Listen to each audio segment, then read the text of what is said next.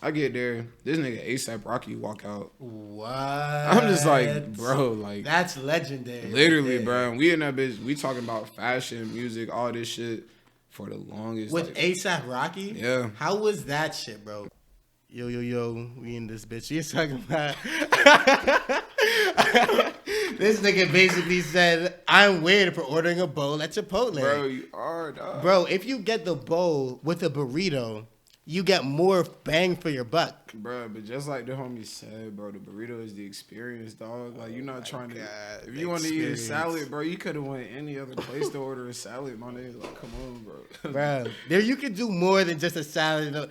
Let's not get too big into Chipotle right now. Quality Medicine Podcast. Which episode is this? 6. Episode 6, baby. You know, we in this bitch.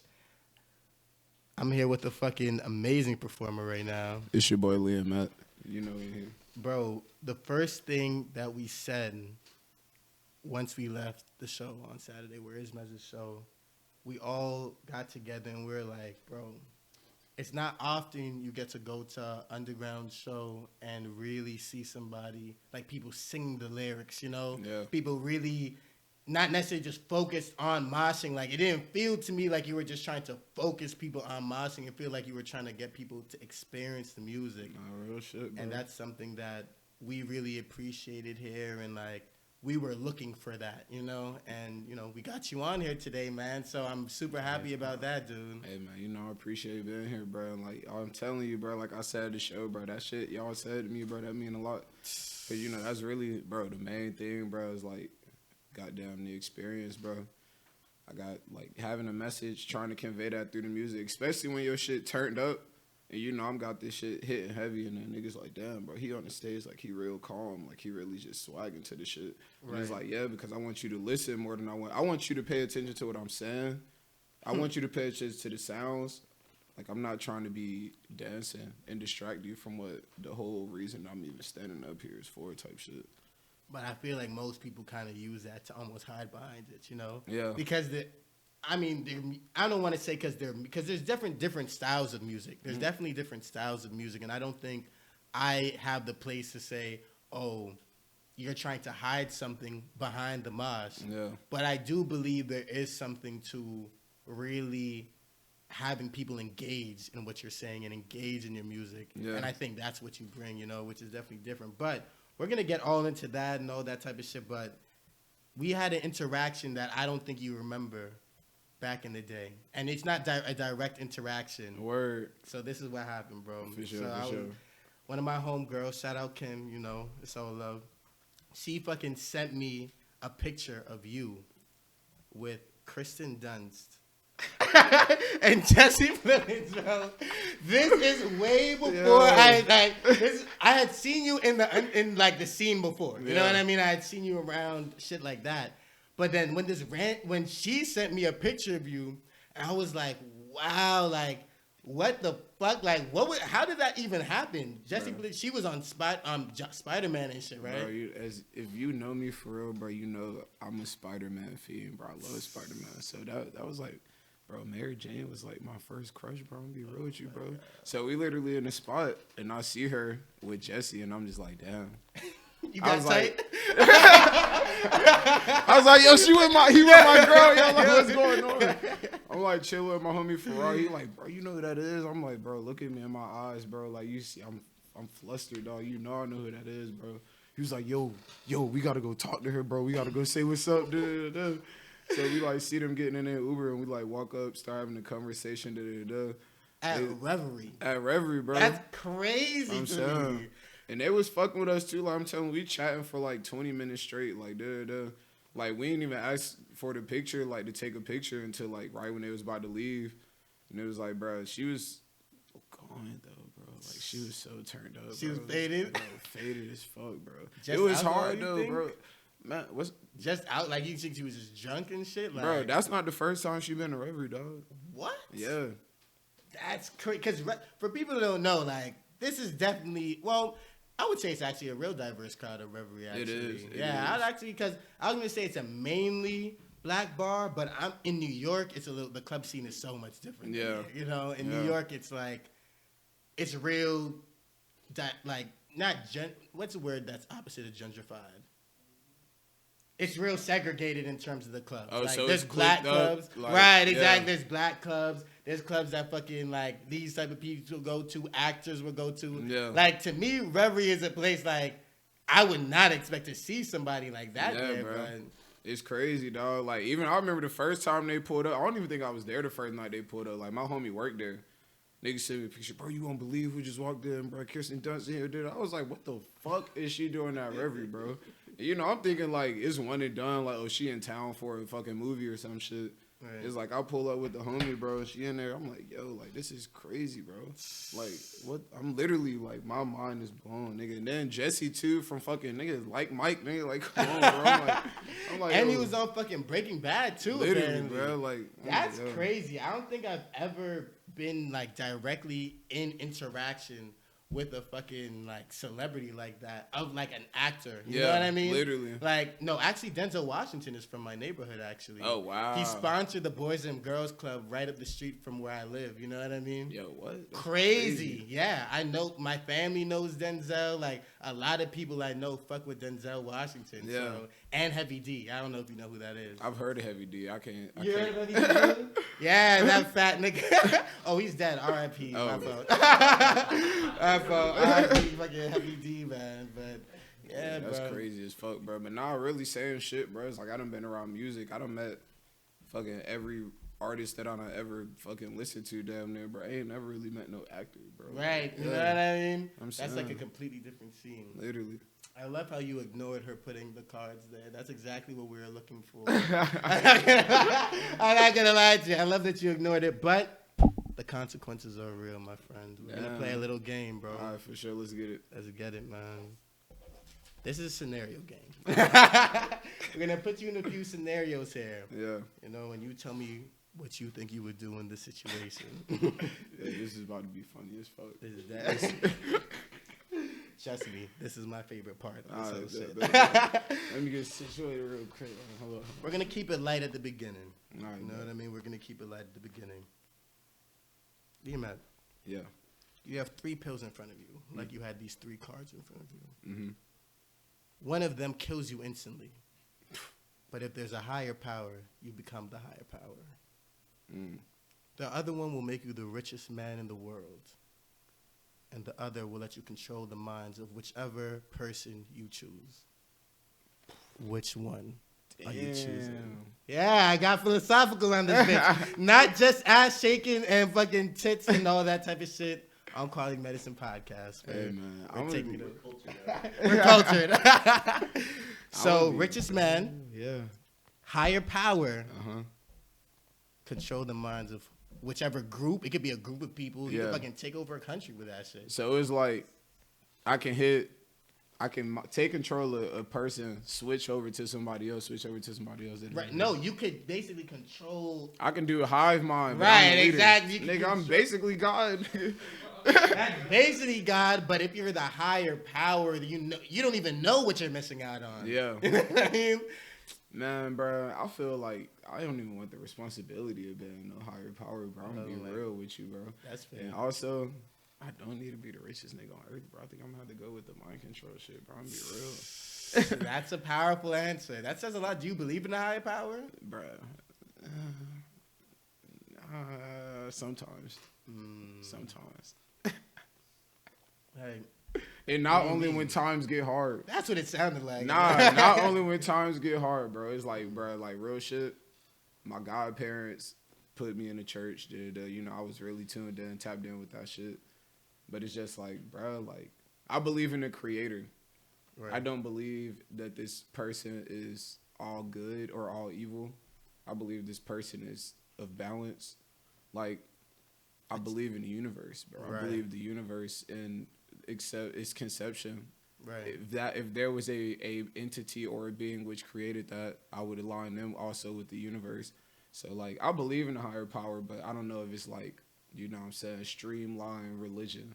You know what I'm saying? Trust me, I know exactly what you're saying. I feel like most people these days mix and match religions because I feel like organized religion in general, it's just not as smart of a concept to me. Yeah. Because you have a lot of people that are gonna make flawed rules. It's almost like a cultural thing, you know. It's not really about what society says it's about. Yeah. You know, it's very weird. I grew up in the church, Facts. you know, as well. Like my parents had me in the church on some Seventh-day Adventist shit. Do you know what that is? Yeah. Yeah. So they had me on some Seventh-day Adventist shit, and it was like, I don't go to church as much anymore. Now I kind of even identify more with like Rastafarian beliefs and shit like that. But like I mix and match it too. And I feel like that's what more people from our generation are doing. Exactly, bro. And it's also like, yo, we grew up in this era with mass like knowledge. Like we can look up anything we want to on the blink of an eye. It's like, bro, you know what I'm saying? I believe that old idea of religion is like a moral code. It was like, yo, we live in this primitive ass time. We might be a group of high intellects that's looking over this shit like, yo, these niggas is wilding. We got to, like, enforce some shit that's going to get humanity to act right to some accord, you know what I'm saying? And I feel like, you know, these days there's more ways to teach humility and fucking, you know what I'm saying, common sense than, like, being like, yo, if you don't fucking do this shit, you going to hell. You burning in hell. Right. You know what I'm saying? You know, you ain't got to be super religious to be a good person. And that's kind of the understanding I came to is like, yo, I don't have to go to church. I've read the Bible already, but, you know, if I hadn't, I wouldn't be like, yo, You read the whole Bible? Bro, my godfather is a pastor, dog. Yes, bro. Like, I read the Bible, bro. Wow. Studied the Bible, bro. Yeah, that's impressive. Yeah. That's a long-ass book. Bro, it's big. I'm going to tell y'all, bro, I ain't even read all my textbooks in college, bro. I read the Bible, bro. Same here, dog. Same here. I didn't even read the Bible. I don't think I've ever read a book over, like, 150 pages. Oh, wow. Nah, I'm playing. I listen to, I'm an audiobook nigga type now, you know what I mean? I'm an audiobook nigga now. My mom got me on that shit, you know? She got an Audible account. I was like, fuck it. The You know what I mean? is the wave, bro. At this point, because, you know, I obviously like podcasts, you know? So, like, for me, an audiobook is almost like a real high-level podcast almost. But you mentioned the access to information. Do you feel like that's a good thing or a bad thing that we have so much access to information? Because I feel like a lot of people use that access in a negative way, for example. You know? That's kind of what I was going to get to, bro. It's all depending on what you're looking for. You know what I'm saying? If you got a strong mind, you can see all that negative shit and then get past it. Like, you know, people get tied up in, like, social media. People get tied up into Exactly. like, a lot of ideologies and identities and shit, bro. And it's like, if you get to the point in life where you know what you need to move forward, then that access is amazing. But if you're lost, then, you know, you could get even more lost. Like, you can find your bias. Yeah. That's the problem with, I feel like, today. Even with the news, you know? How the fuck is CNN, like, all Democrat and fucking Fox is all Republican? Yeah. But at the same time, though, they're both claiming to be news. Exactly. News isn't fucking biased, you know? Like, news isn't anything but, like, information, I would think. It shouldn't be biased, yo, but you know what I'm saying? And that's the thing. I'll be like, yo, politics is really the new religion, bro. Since Trump came in and made that shit cool again, honestly, like, literally. Niggas wasn't protesting when George Bush did all his shit, or like when George Bush put niggas into Katrina, or left niggas. Was protesting. Politics cool again? He did. Hell no, he did not. Oh no. No, he did not. Wow. Politics have always been something that you should look out for, but when somebody's political stance is to the fucking infuriating rage that it ensues these days, it's like, yo, this shit is a problem. Like, it's like, you know what I'm saying? I'm the type of person that like to be around a whole bunch of different types of people. We got different ideas. We got different ideologies, religions, political stances. You know what I'm saying? I like to hear shit just because I like to be informed. I like to fucking, you know what I'm saying? You can learn something from anybody. But when it gets to the point, I go to fucking Cracker Barrel and I'm like, yo, you know what I'm saying? I'm a liberal. Niggas be like, yo, nah, bro, America, we gonna make America great again. Like, damn, nigga, I can't even fucking eat at Cracker Barrel and shit. You should have never ate there in the first place. You shouldn't have walked in, to be real. But it's like, even if I decided to, it's like, yo, like, it's like racist, bro. It's like the political stance is like, it's crazy to the color of your skin and shit. Now it's like, it's weird, bro. That's like, these days I stay informed, but I don't like to identify with like, even though I'm actually a liberal, but you know what I'm saying? It's just like, you know what I'm saying? I don't want to be like, yeah, bro, like, I feel like I'm middle left, you know what I mean? I feel that. You know what I mean? I feel Yeah, like, because some that things... moderate swag. Bro, Yeah. I just don't like the government in my fucking business. See, that's really dude. why I don't like to identify with politics is because I don't fuck with the government. Right. Like, Fuck the government. Like, I wish... not even that rebellion. Not on no rebellion, bro. Fuck authority, but it's like, yo, like... Niggas just can't... I don't feel like... I don't know. I just don't feel like a large body can govern small things like states, you know? And individual... I don't feel like we're made to be governed by people, you know what I mean? I think we should all just do what's right. And I don't think that's, like, possible, you know? Yeah. Like, so it's weird. It's like you need it, but at the same time, you just want them to have less power. Like, how they're talking about abortion and shit right now, for example. Like... And you think that's something that just makes sense, bro. But it's like... I'm not going to say it like this, but I was going to say, like...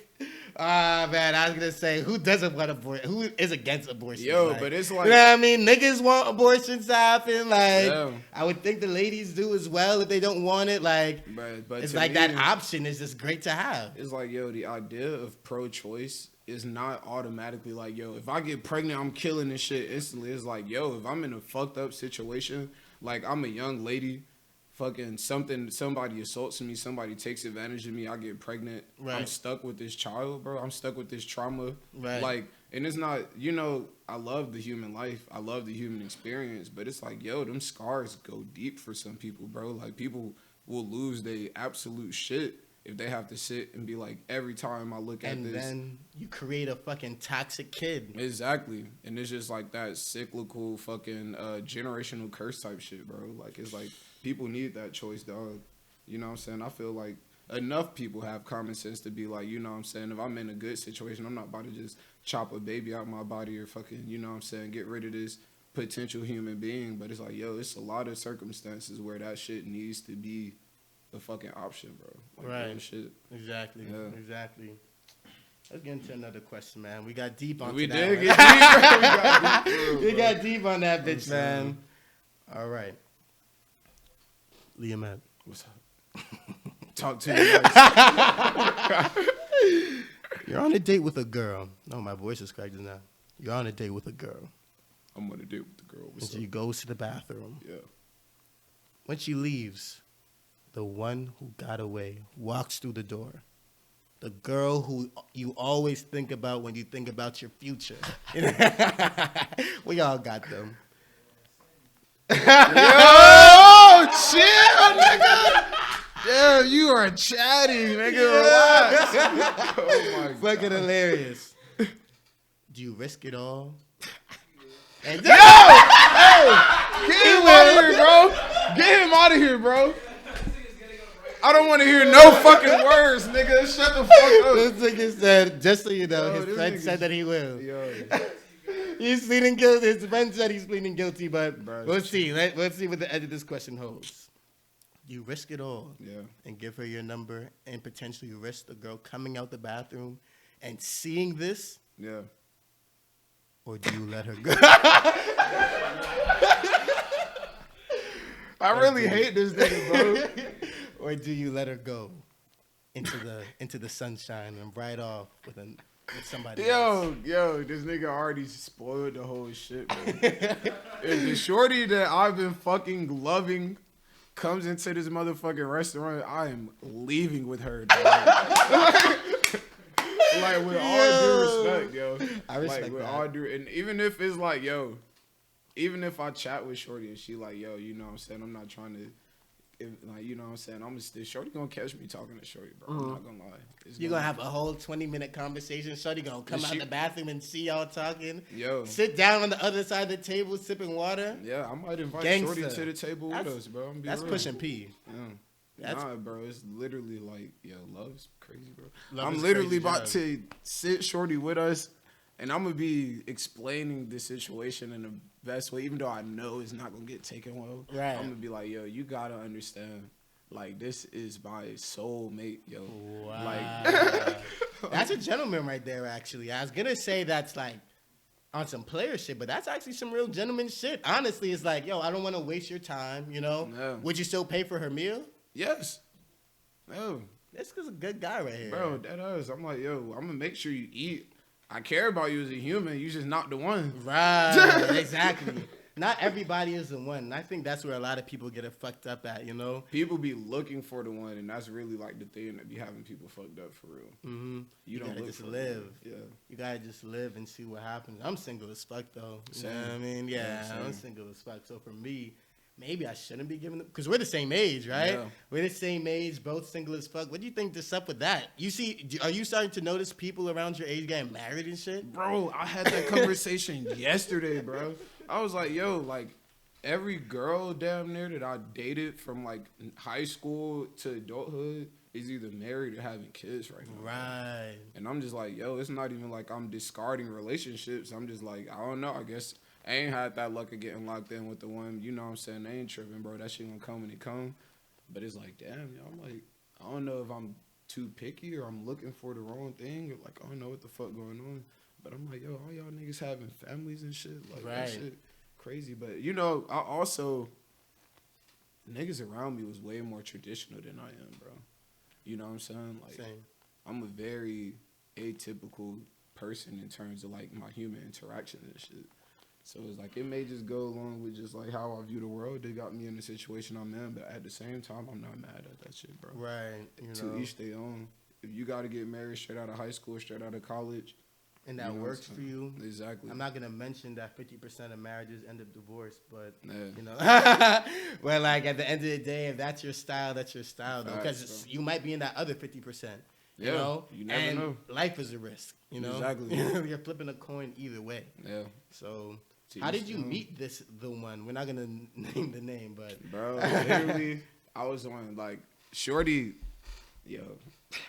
wow. When I tell you I would not be who I am today had I not met this person, bro, like, shorty flipped my whole shit 180, dog. Like, I met her, I was in high school, bro, literally. First, shorty walked through. I'm new there, she new there. I'm like, yo, this is the most beautiful human being that I've ever seen in my entire life. And it's like, yo, I'm like chatting. She ended up having my lunch too. It's like, it'd be crazy when you be like, oh, it's a new girl in here, and shorty hopping your math class or some shit. I'm like, yo, that's wild. How the fuck? Right. Coincidence What are the as fuck. chances of that shit? I'm saying. So it's like, we in lunch, we talking about music, talking about, like, the shit we fuck with. We end up fucking, like, the same artists. Like, nigga, I'm telling you, we was on some, like, walking down the hallway, one earphone in each other ear, like, type shit, bro. Like, Right. shorty, we used to talk, shorty be like, yeah, like, when we die, we gonna float around the universe together, like, like, real, so, like, yo, like, yo, like, I'm telling you. Girls start saying some shit like that to me, I'm gonna lose my mind, Bro, bro. what? And it's crazy when you saying shit like that, and I'm already in my head like, yo, I fucked with you from first sight, and you saying, like, I didn't even think we was gonna even be on this level, and we on this level, and we young as fuck, and that's what fucked it up, is like, we mad young, so I'm literally on some, like, yo, this, like, puppy love shit, like, you know what I'm saying, I'm like, oh, I'm not about to do all this shit as young niggas, and then fuck up us potential being adults, and fucking with each other, because it's like niggas done fucked each other over at the age of 16, 17. Right. So I kept shit super, like, outside of conversation, like, our physical interaction, I kept that shit super spaced, bro, because I was like, yo, I'm not trying to, like, I really fuck with this shorty. You're not trying to destroy that shit. Exactly. You know what I'm saying? Niggas hit, never talk again. It's like, damn, bro, like, it feels crazy void. But it's slick, like, I still talk to this girl to this day. And it's really? So you're still in communication with her? yeah. Bro, why don't you fucking... Bro, she in San Francisco. That's even me saying a lot. She's 1,000 miles away, bro. Wow. She's 1,000 miles away, bro. Man, bro, that should be the worst. Yeah. We all have that one that got away, even though yours technically isn't away because you at least talked to her. So I feel like I did the opposite of what you did and, like, you know, fucked it up. You know what I mean? Like, that's basically what I did. It's crazy. But dude. the thing is, I did fuck it up for a little bit. And then we Okay. hopped back into communication. And I was like, yo, I literally thought you was going to hate me for the rest of your life. And that's crazy. It's Wow. Really like, yo. Were you that? Yo, I need a drink, bro. Pour up some Tito's. Yeah. Whatever I'm we're like- drinking, no free sponsors. Yeah, nigga, fuck. No free sponsorships, man. But nah, Man. shorty ill, bro. Shorty hard. Bro, I feel like we all, for me, like, I feel like so many women have come into my life and showed me different shit. Like, Yeah. I think back to like, can we get some chaser too, or are we just alcoholing it up? All right, there we go. Yeah, I'll take a little bit. And some chaser too. Thank you. But nah, bro, the wild thing though, and I don't know if it's like a bias, it's like, yo, and I hate to say this shit, but no girl I've ever met has hit that hard. Nobody has impacted What me did this as girl look? Was she a white girl, black girl? Yo, fucking... literally like Native American. Like, wow. yes, bro. That's some other shit. Literally. So it's like traditionally you already tapped in. Right. Oh, so she was really on that nature shit. Yo. Before it was even cool for people to be on. And it's shit. like, bro, nigga like me, like I'm on dark swag, bro. I fuck with shit. So Shorty would be like, I'll go to pick Shorty up. She be like, yo, let's go chill in the graveyard. Like, wow. I can definitely see you doing some shit like that. So in the graveyard, did you ever have any superstition when it came to that shit? Do you believe in like fucking ghosts and I believe in shit? disrespecting dead spirit, but I don't feel like I was ever on no swag where no shit would be following me around. Right. Like, you know what I'm saying? I'm not really afraid of that type of shit at all. Like, I've never been afraid of that type of shit. So it's like, we would be there, nigga. I'm chilling, bro. I'm comfortable. Like, to this day, I'll still walk through the graveyard. And it's like, when I be in there, my mind is on some, like, yo, I'm here paying respects to every body, every soul that's in this vicinity. You know what I'm saying? I'm not here like, oh, we about to get fucked up and fuck on these niggas' grave. Like, nah, we in this bitch. We chilling, having...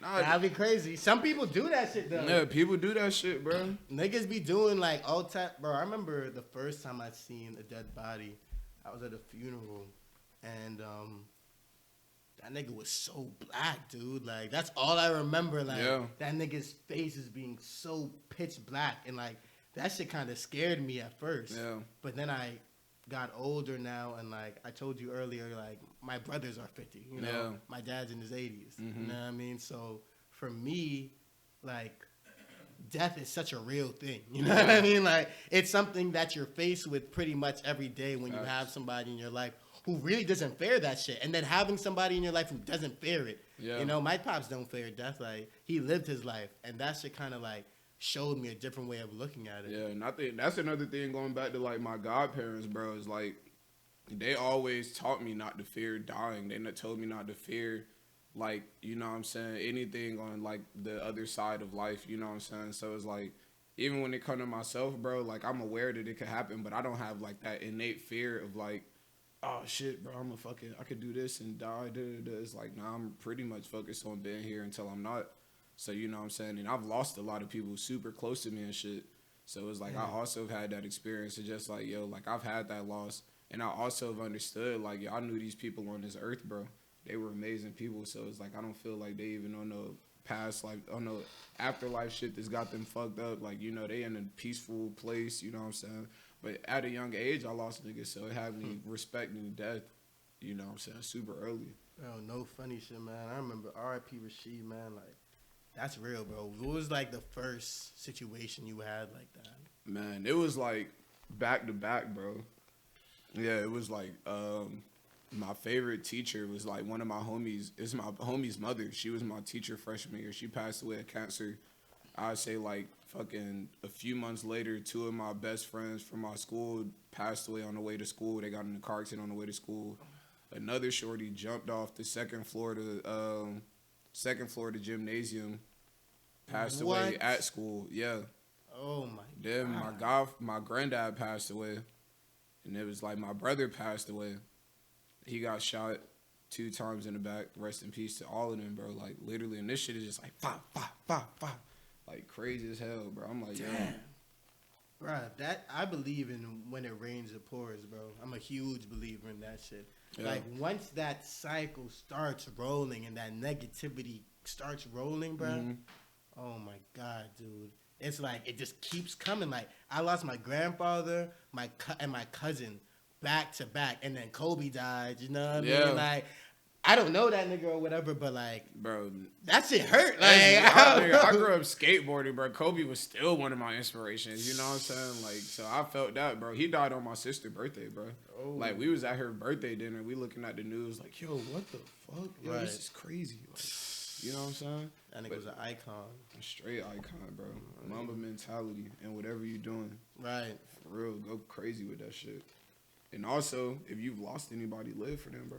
Right. You know what I'm saying? I still be under, bro. I have achievements. I still be under my homie IG nigga, like commenting like, yo, man, we just did this show. Like, we went to LA, did all this shit, went to New York. Oh, under your homie. Wow. Yeah. That's crazy. And the thing is, too, I'm not the only one. They tapped in with a lot of people before they passed, bro. So I see one of my homies, I think he playing like professional soccer. So he updated them like, yo, we won tonight, like, And it's like, that's amazing, bro. Literally keeping bro in tune with what's going on down here. Even though he see it, you know what I'm saying. I be feeling like they watch over me, you know, because when that first passing that I had, it was like it hit me hard. I was in school too. I was in high school. I remember I just walked out of class. I started walking home because I stayed like mad close to the school. Like one of my track coaches, I think, pulled over and was just like, yo, like sat there, talked to me, brought me back to school. But it was like after that like moment of release, I just had like a sense of clarity, like, you know what I'm saying, it's fucked up with what happened. But, you know, at the same time, it's like I'm here and I'm tapped in with them, I'm tied in with them. Whatever this was happened for a reason, and it wasn't to have me fucked up. It wasn't to have me super duper sad. It was like, yo, understand you lost something that mattered to you, and, you know what I'm saying, understand cherishing what you got now. And for those that you done missed out on, those who won't be able to see you physically throughout the rest of your journey, yo, live for them, turn up for them, have a good time for them, you know what I'm saying? Think about them. I still have a picture of my cousin who I was talking about, a T-shirt of him on my wall, you know what I mean? Every day I look at that shit and I'm just like, yo, I'm going to turn this shit up for you, you know what I mean? And that's how you got to just keep on living, man. It's crazy. I feel like everybody can relate to that shit, so thank you for sharing that shit, bro, for real, problem, you know? Bro. And not a lot of niggas really talk about that shit. Hey, I'm going to keep it real with you. I'm going to keep it a beam, my boy. You have been. We have another question. Liamette. What's up? Let's test your loyalty to your friends. Okay. Your best friend gets told by the doctor they need an organ transplant. He turns to you and asks if you're willing to do it, but there's a 45% chance that you won't make it out the operation. Liamette. Yeah. What are you going to do? Is it like my best friends? Is it like the group of niggas who I confide in? It's the person who you're thinking about right now when you ask. Oh, nigga, I'm dying for that nigga, bro. I don't give a fuck. I'll be real. And if it's the nigga who's sitting on that couch, I'm dying for that nigga, bro. I'm gonna be real with you, dog. That's real shit. On everything. That's real shit, man, bro. Even if they tell me it's a 10% chance, bro, it's like I believe in his vision. That nigga gonna go up. If he got my organs in him, he really gonna turn up. A brain transplant, like you become him. That's fucking hilarious. We already tied at the hip, bro. We can tie somewhere else, bro. Right. He cool. Niggas is saying that niggas think that he looks younger than he is and think that I look older than I am. And y'all the same. We all the same age. The same age, man. I'm saying. Bro, do people think that you're your age? Yo, I feel 19, like right? People be thinking I'm younger, mainly on like when people see like pictures of me, they think I'm younger. Even when I be at the skate park or whatever, like little kids would be like, oh, I thought you were fucking 18. They be like 13, 14. So they got sense at age, you know what I'm saying? Right. They still be like, I thought you was 18. But even if it's not, I don't even know, because I don't think I look 18, but I think it's like, bro, I got like a crazy youthful demeanor, especially when I'm out skating. Like, I really be interacting with them guys. Like, right. I be talking to them for real. So it's like, they be like, oh, shit, I think he one of us, you know what I'm saying? Right. How long have you been skating for? I know you mentioned it, and that seems to be a big part of your music videos and stuff like that. Bro, I've been skating since I was in 4th grade. How old are you in 4th grade? Like 9 or 10? So like, dude, I'm so 14 years. Yeah, like 14 years. Yeah. Wow. Dude. Oh yeah. That's crazy. How was that journey for you? Like, who introduced you to that shit? Nigga, Tony Hawk. That's what a lot of niggas, I would imagine a lot of niggas say. I'm not huge into skateboard culture, but I played that game. Bro, I grew up in DeKalb County, bro. Niggas was not skating, bro, for real. Especially when I started skating. So it wasn't nobody around me that was like, yo, little homie, here go my old board. You know what I'm saying? It's like, yo, I'm literally playing video games on YouTube, early YouTube, especially at that point. YouTube was probably out for like 4 years at that point. So it was like, I'm watching these clips, playing these games, and I'm just like, yo. I remember I went to Ohio. I went to my homie's family reunion, or it was like a fucking vow renewal or some shit in Canton, Ohio. And my mom gave me like some bread to go up there and like make sure I had food and shit. But it's like, you know, even at that age, I was like, y'all, niggas is feeding me. I'm not even using this bread. So we went to Walmart, nigga. I copped a skateboard. Me and my homie copped skateboards. And that really was the start. Like, I fell in love with that shit from the first time I hopped on that shit. Really? Yeah, bro. What about it? Man, it's like really the shit that I was going through with my family, bro, at that time. Like, having that outlet gave me like a sense of freedom and like creativity. And I was already like drawing and shit at that age and like writing and all that shit. So like that, I automatically saw that shit as another source of like self-expression. And I think that's what got me hooked onto it. And it was just like, you know what I'm saying, super fun, yo. And it was like once I started skating, like mad kids in my neighborhood started asking their parents for skateboards. So we ended up, by the end of the year, we really had like a gang out there, like really going crazy. And not going crazy because niggas ain't even know how to ollie for real. Just learning, like, right. Learning, bro. Riding down the biggest driveway in the neighborhood. We would skate down the driveway and shit, bro. Wow. Have you always been like a natural leader, being able to galvanize these kids, for example? Like you started doing that shit, and then you noticed a lot of other people doing that shit. Have you always been like a trendsetter or a galvanizer in that way? Bro, I would say subconsciously yes, but I would say at the time I never really knew that I was doing that.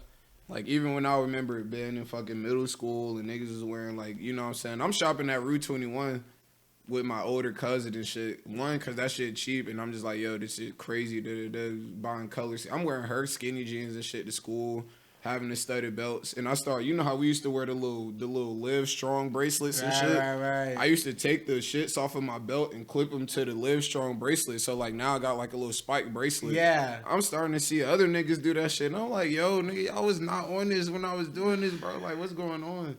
But you know what I'm saying? I ain't never really, at that time, I ain't really know what I was doing, bro. But it's like, I felt like as far as leadership shit went, it was like older people was like, yo, like, people fuck with what you do. Like, I don't know if you recognize that or not, but like, people fuck with what you do. They let you know, like, that you have, that's true. When people see that type of shit in you, especially at a young age, they're going to tell you, like, do you realize the power that you have? Yeah. That's it's like, crazy. bro, I ain't know, because I'm mad different from everybody. Like, you know what I'm saying? Growing up, I felt mad different from everybody I was around.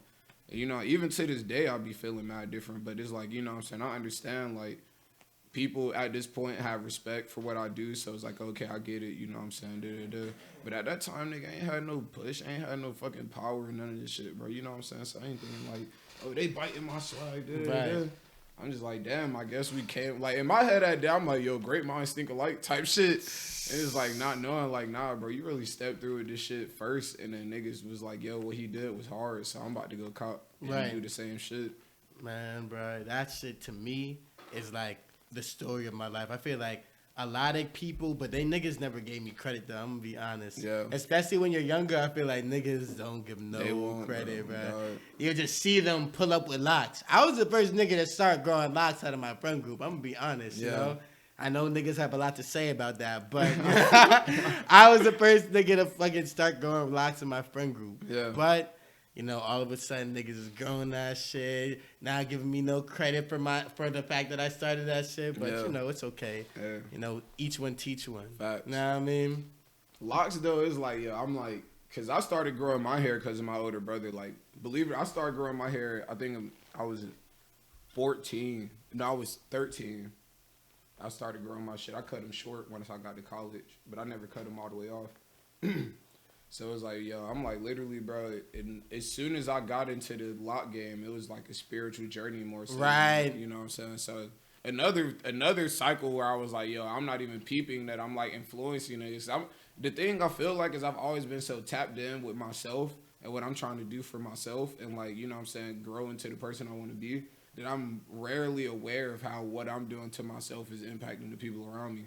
So it's like, damn, I ain't never think, but hey, you know, you probably did put niggas on game. I've been saying that, bro. But like, yeah, growing locks for me was spiritual as fuck too, dude. Mm-hmm. Like, super spiritual. It taught me a lot of patience for me, and that's not even on some Rasta shit. Like that shit just taught me patience, taught me how to like.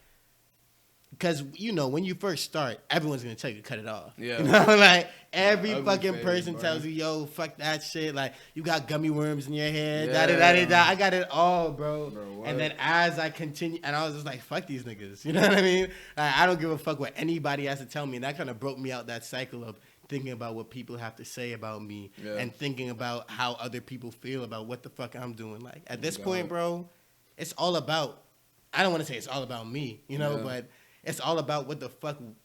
But I mean, bro, this your existence, dog. Right, exactly. You know what I'm saying? The universe don't revolve around you, but you know what I'm saying? You do also got to prioritize yourself and, you know what I'm saying, your growth, bro. That's also with that shit not getting consumed in these norms and whatever the fuck going on, bro. Right. Your experience is it. It's like, nigga, bro, I started my shit. Mind you, I had blonde hair. Like, I had a blonde fro before I started my dreads. So, nigga, I was getting cooked, nigga. Little ass niggas would say Cheetos. Niggas be like, yo, he got Cheetos in his head. Oh, my God.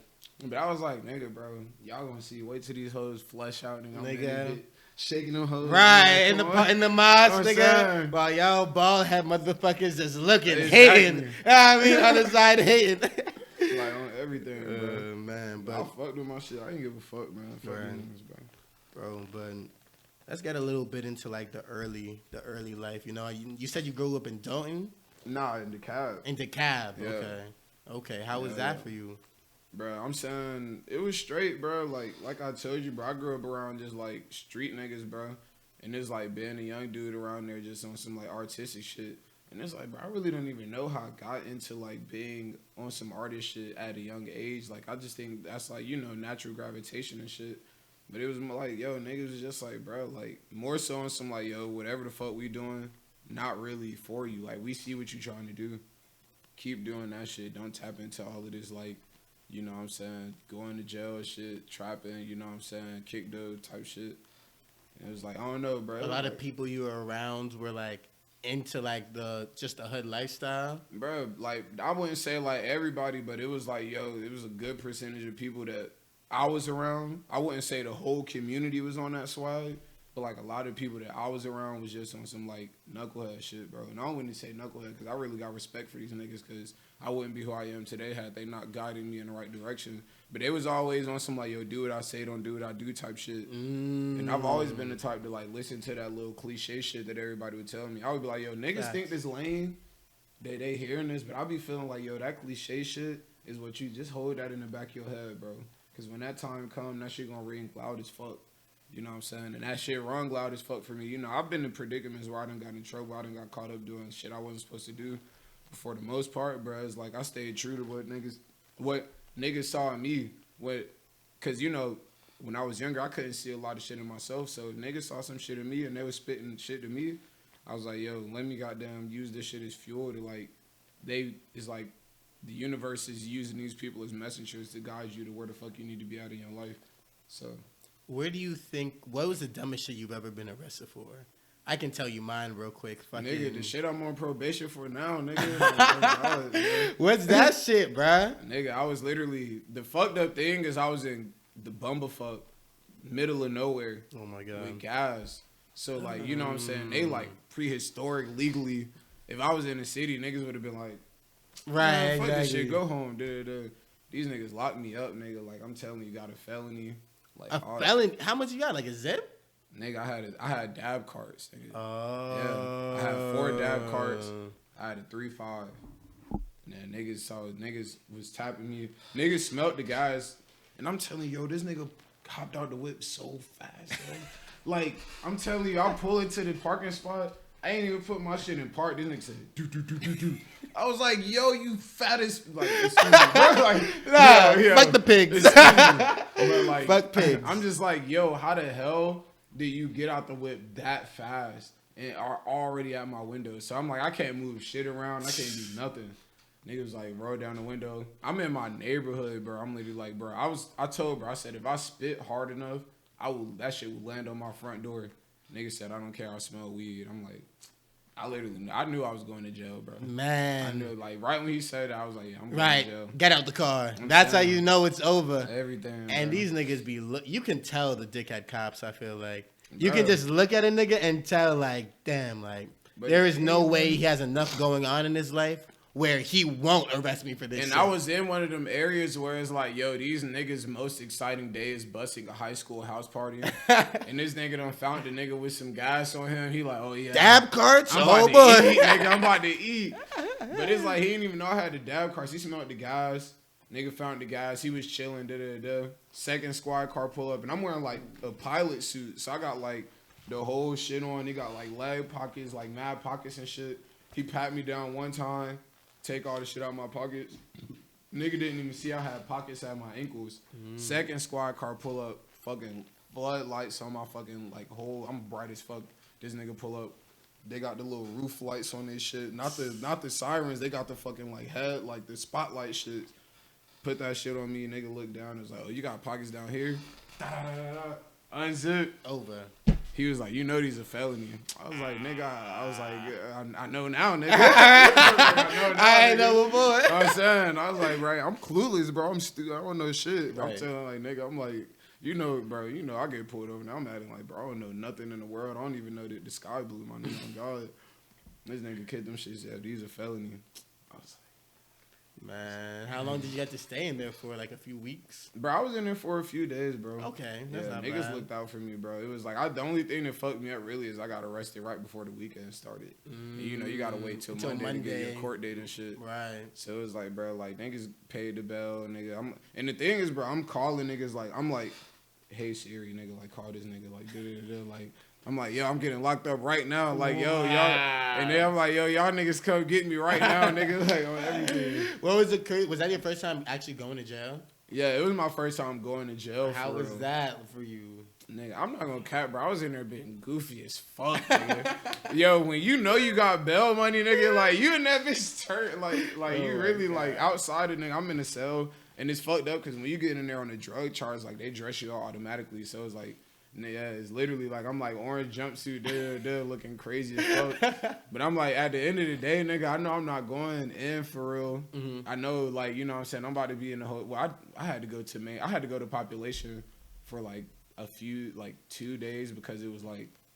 You had to wait until the weekend. But it's like, nigga, I know I have bail, nigga. So I'm like, yo, I'm not tripping, bro. Like, I'm literally talking to the officers that I'm like, hell yeah, bro, I got a show next weekend, bro. Y'all niggas, like, this stupid as fuck. Fucking arrest like, everybody in that bitch. Oh God, this stupid as fuck, nigga. Like, I was just, you know, I'm joking, nigga. Of course, fuck, yeah. They not pulling up for me. But it's like, nigga, I'm literally in that bitch.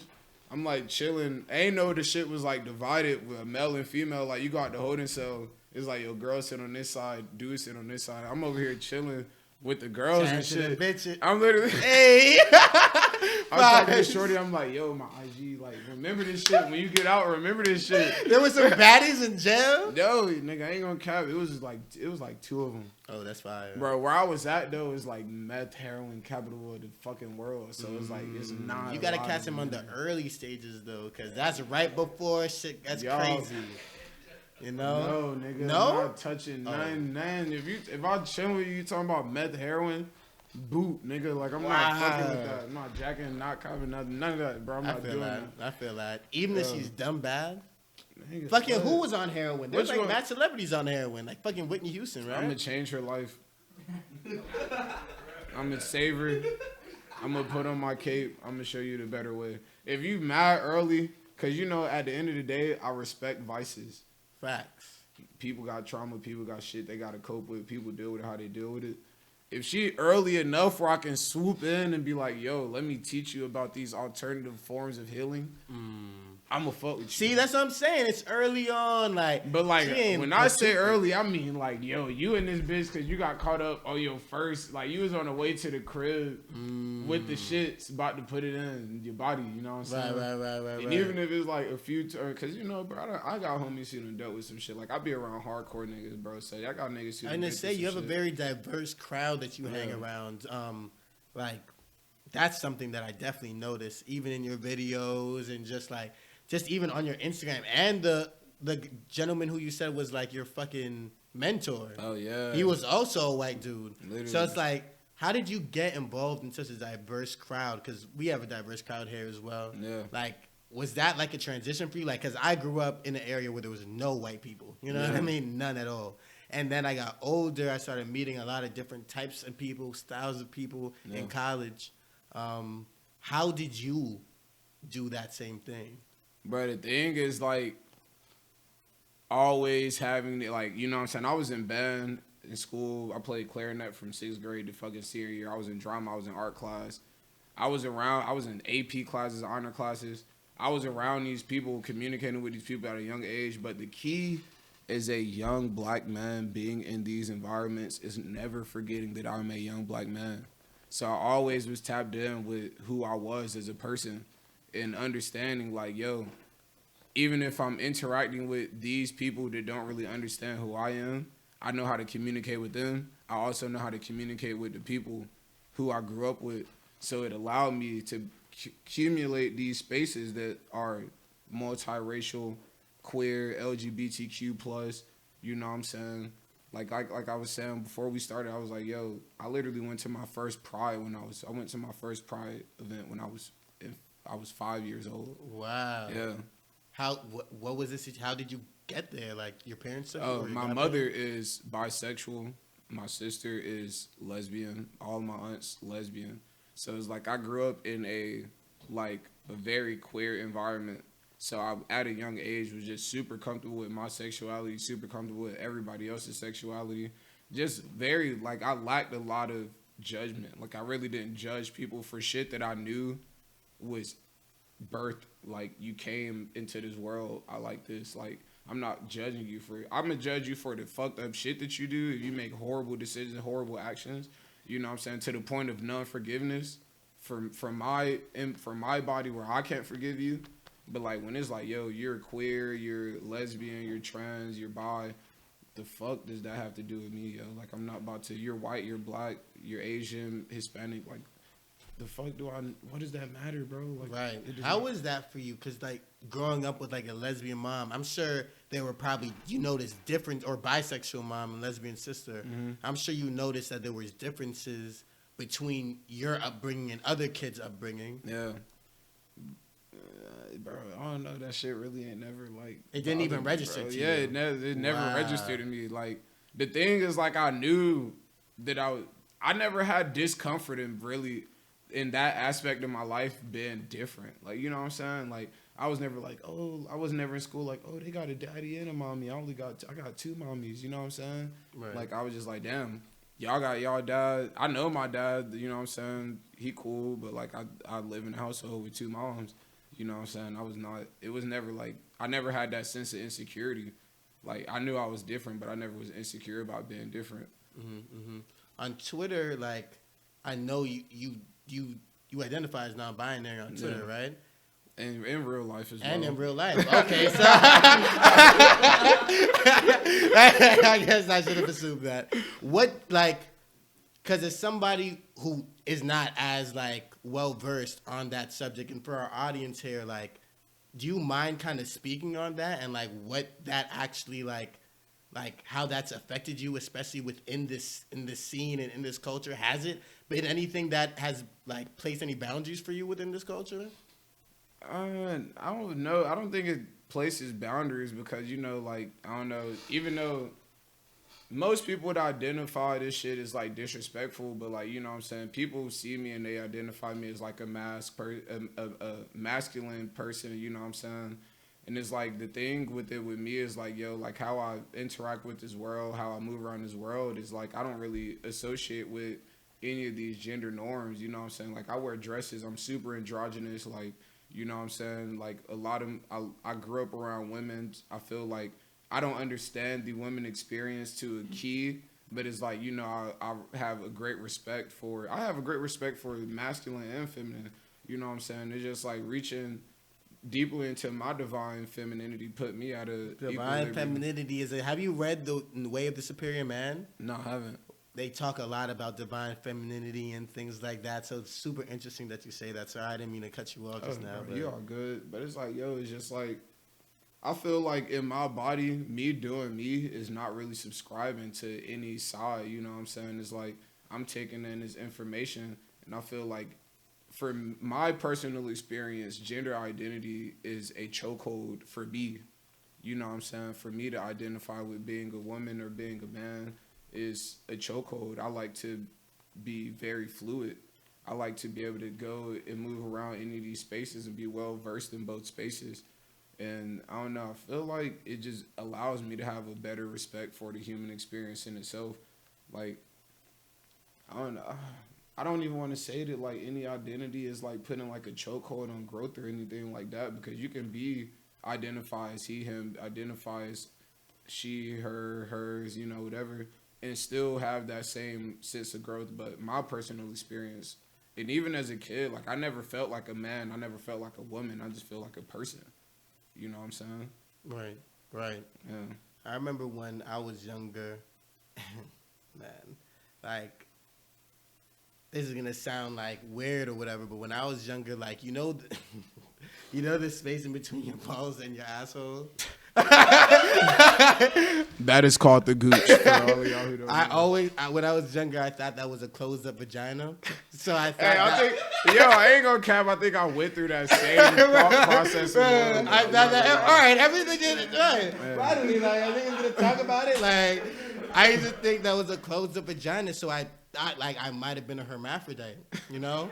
So like, obviously, there's obvious like coming off of what you said that was so deep. Like, it's not as like fucking life changing as what you're describing right now. Has growing up in that way or like identifying as that, does that also leak into like what, like your music and stuff like that as well? Bro, I literally talk about my sexuality and my gender identity very often, whether people pick up on it or not. Like, that shit is most definitely flooded into my music. Even just like being a younger person and being like curious and being like, you know what I'm saying? I don't know if I'm a straight person. I don't know if I'm a gay person. I don't know if I'm bisexual. You know, I speak on that shit in my music. I know who I am today. You know what I'm saying? But, you know, at that time, bro, a lot of that curiosity, a lot of that journey, bro, like I told you, my music is essentially a vocal, a auditory diary of my life. You know what I'm saying? So that shit is flooded in there. You know, you got to hear it. You got to hear it. People hear what they want to hear. Right. You know what I'm saying? So if you don't want to hear that shit, you're not going to hear that shit. Because you also mentioned, well, I know one of your inspirations is the Sex Pistols, right? Yeah. Bro, like, how, like, seeing that rock element, because did you grow up on rock music? Yeah. Really? Yeah. Okay. Well, not in the house, but like my self journey in music, yeah. Started with rock music. What about them inspired you? Bro, like, I don't know how much you know about like punk in its like origin story, but it's like, yo, that's like essentially, I would say the spiritual movement that is now, the political movement that is now starts, at least from my knowledge, on like, you know, you got like hippies that were very, you know what I'm saying, sexual, very political oriented, but like in the form that most resonated with me started with punk. So it was like, yo, this punk space in the 70s, very queer oriented, very like politically aware. Like they were protesting, getting fucked up by the police and shit. Like Johnny Rotten got attacked by police officers because if you like people in the UK, Fuck with Johnny Rotten. Yeah, bro, it's like the Irish versus like the like I guess mainland, like, you know what I'm saying, UK London people, like they were at heads back then. So like they were treating Irish people like niggas. How they say, yeah. Bro, you know what I'm saying? Not you know what I'm saying, not to the extent to the history that we have, but it's like, yo, they was fucking them up in the streets. They like, yo, you dirty motherfucker, like go back over there, da da da. So they protested for their rights to fucking live in UK, you know what I'm saying? So it's like that same shit resonates with me. Like even with Johnny Rotten, bro, he fuck with niggas. He fuck with what's early hip hop dude? Oh, what's his name? What's that his was name? fucking with, was it Oh my god. Run DMC? No, before that nigga, I'm talking like Damn. OGs. Like he was fucking with the OG niggas in America on hip hop shit. Bro was going to Jamaica fucking with Rastafarians. Bro, like, you know what I'm saying? So, like, that was my identity. I'm like, yo, this punk shit, this punk movement is like so universal, it's so open and so accepting. Even though you got that leakage that comes in, it skews up the identity of like what it really means. But I'm like, what punk means to me is the shit that I literally live today. Fuck the clothes, fuck the uniform, fuck the anything, fuck the music, yo. Like, it's like punk is an ideology to me. It's a lifestyle, bro. It's like being accepting to anybody who feels like an outcast, who needs a group of people that's gonna fight for what they believe is right. That's what inspired me with Sex Pistols and shit. Outside of like, you know what I'm saying, the general rebellion, bro. Cause it's like, I don't really fuck with a lot of shit that's going on in America. It's the reason I be protesting. Like, we was doing big protests 2020. Like, I was out there every fucking day, like weeks at a time, nigga. Like, can't even, to the point where I'm like, I don't even really want to go in too deep because I don't even know how much niggas can even really be vocalizing it. They was involved with that shit. But it's like, yo, like, I fight for what I believe in. They fought for what they believe in. That was really, like, my whole shit. And also, just like I told you, speaking on that queer identity and apolitical, like, you know what I'm saying, atypical shit, it made me feel at home. Even when I didn't feel at home with the people I was physically with, the music made me feel comfortable with who I was. Wow. Yeah. And I could definitely hear that, bro. Like, I could definitely hear it in the music of, like, it being therapy for you. And I could see that it's therapy for other people as well. Yeah. Which goes back to what I was originally saying, why people kind of connect with it a little bit more. You also cover mental health a lot in your music. And we talked about that on the first interview on the blog that comes out on our fucking YouTube channel. Check that shit out, you know what I mean? Fucking is it Quality Medicine page? What's the name of the page? Quality Medicine Tapes. Go check that shit out. But you talk about mental health and you talk about your journey with it. I also have a journey with it as well. You know, when was the moment where you realized that this is something that's actually like affecting you, or something that you noticed? Oh, bro, I moved out when I was 16. So it was like I was in an apartment by myself, having to get ready for school, coming home, sitting by myself. And it just gave me a lot of time to think. And I was like, damn, bro. Like, my growing up situation was very fucked up. Like, very, very fucked up, bro. And it's like, you know, a lot of shit that was shit that I could forget about because I'm like, yeah, I'm going to the crib. I'm like, before I was emancipated and living by myself, I was with my godparents. So it was like, I'm coming home. We eating dinner. I'm not thinking about none of this shit. You know, I'm just moving day by day. But when you got that time to just fucking sit by yourself, and you starting to like recall like all of this trauma and all of this fucked up shit that happened to you as you grew up, that shit like literally like cracked. I literally like, I'm telling you, like from the time I moved into that apartment, probably like 3 months later, bro, I was a completely different person. Like I was so consumed in like everything that I've been through that I couldn't even interact with people, bro. Like I would be in social settings, bro, and I would just sit like somber as fuck. Like niggas thinking like, oh, this nigga, he chill as fuck, bro, you cool. Like, no, nigga, I'm in this bitch like, I want to die, nigga. Like literally, bro. I'm like, I don't want to be here, bro. I don't want to exist. Like, and it got to a point that shit carried on up until like, I would say when I was 20 years old, I started to see how my mental health affected the people around me. Because I was no longer in a space by myself. I was in a relationship and shit, And I'm like, yo, like, this shit is, like, taking a toll on people around me, which put a mirror in front of my face. And I'm, like, looking at myself in the mirror like, yo, like, you're fucked up, bro. Like, you making horrible decisions. Like, you literally doing dumb shit. People around you not really fucking with how you moving on a day-to-day basis, bro. Like, you got to do something about this shit. So it was like niggas tapped into I was going to therapy heavy. Started taking like antidepressants and shit. Going into like deeper into my spirituality. 'Cause I was already a pretty spiritual person, like pretty self-aware person.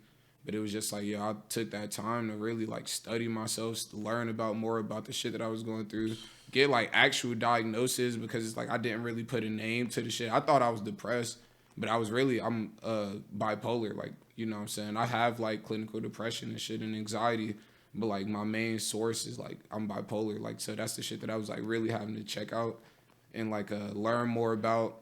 Cause you know, people have that identity with bipolar to sort of like, oh bro, watch out for him. If you say the wrong thing to him, he's gonna snap. Like, nah, bro, it's literally like my shit is like, I'll have these waves of like super low energy, super high energy, like depressive state, manic state. And I would notice, like... that's why in that song you mentioned being manic. She thought I was tripping. I said, nah, I'm just manic. Like, I'm just manic, bro. I'm not tripping. Yeah, but it's like, people don't know the depths of that shit. So, you know what I'm saying? It's like, anybody I lock in with, I'll be having to explain that shit. Be like, yo, like, it's going to be times I might not talk to you for 2 weeks straight. Unless I'm chilling with you. Like, the shorty I was locked in with at the beginning of shit, like, we was damn near living with each other. So, it's like, she picked up on it, but at the same time, I'm still like, yo, like, you not really fucking with me when I'm, like, low as fuck. You know what I'm saying?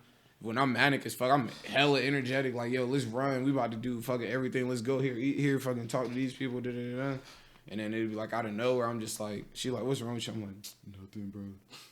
I'm just chilling, bro. Oh, man. I feel like a lot of niggas in the hood have that shit and don't even know. Bro, they don't. Don't even fucking know. Because I know a lot of niggas like that, bro. Yeah, when you sit in yourself and learn about it, bro, like, I'm not no fucking psychiatrist or no psychologist, but you can see them traits in a lot of people, bro.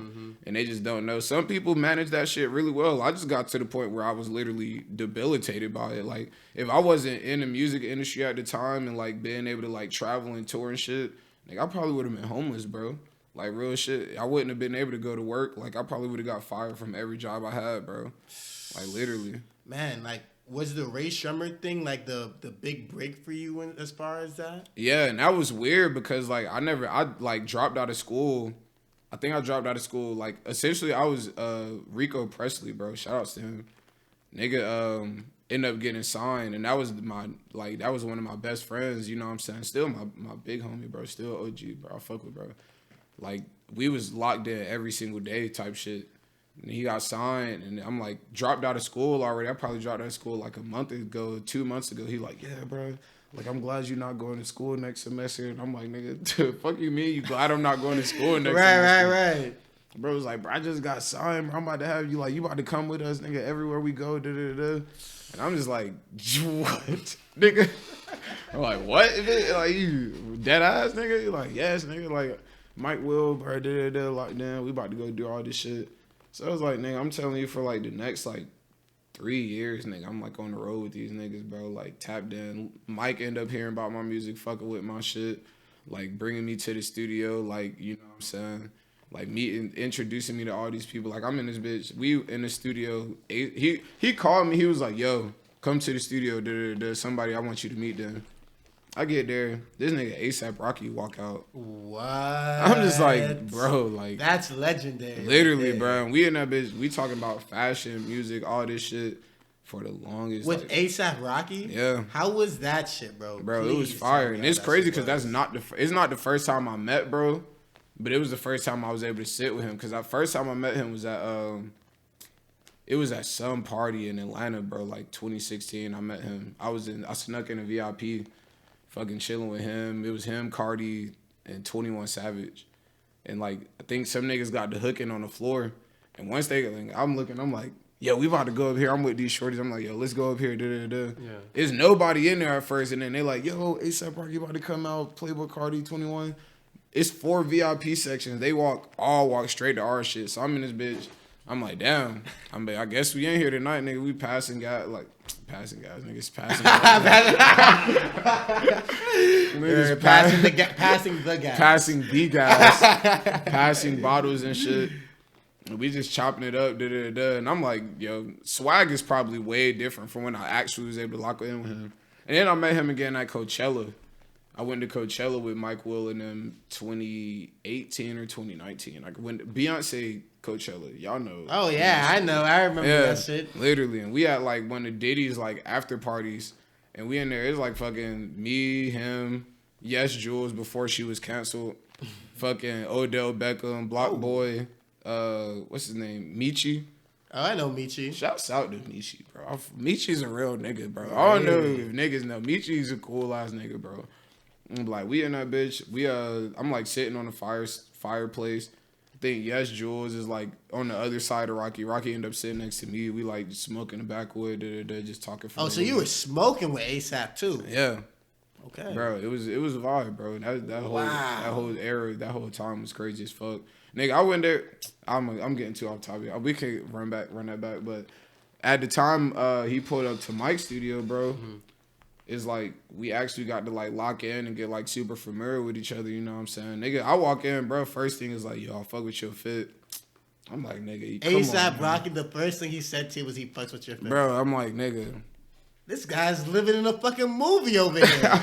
What the fuck? I'm literally like, bro, you don't, like, in my head, I'm like, this nigga don't even understand what the fuck he just said to me, nigga. Like, you do not understand. I've been listening to you since I was 13, nigga. Bro, like for real. Pesos, nigga. Bro, what? Oh, that music video, bro. Hard as fuck. Changed my whole entire situation. To that Tumblr shit we was talking about, I remember when Peso dropped, nigga, I'm on there like every brand. No, fashion, when Fashion Killer dropped, especially. Oh, yeah. Every brand this nigga said I'm Googling. Like, and the Mula Meester, who the fuck is this? I'm like, yo, damn, this crazy introduction to fashion. Shouts out to ASAP no Rocky, clue what Rae Sremmurd or Rick Owens was before that nigga introduced me to that shit. I was a super skate nigga. Now I'm like skate, fashion, music. I was just a skate nigga at that time, bro. Right, Vans and shit. Literally, you know what I'm saying? I knew all the skate brands, but I ain't know nothing about higher fashion until like I started tapping in with his shit. Right. But it's like, yo, we in there, bro. Recording shit, we got a fucking hidden song. I don't know who the fuck hard drive that shit is on.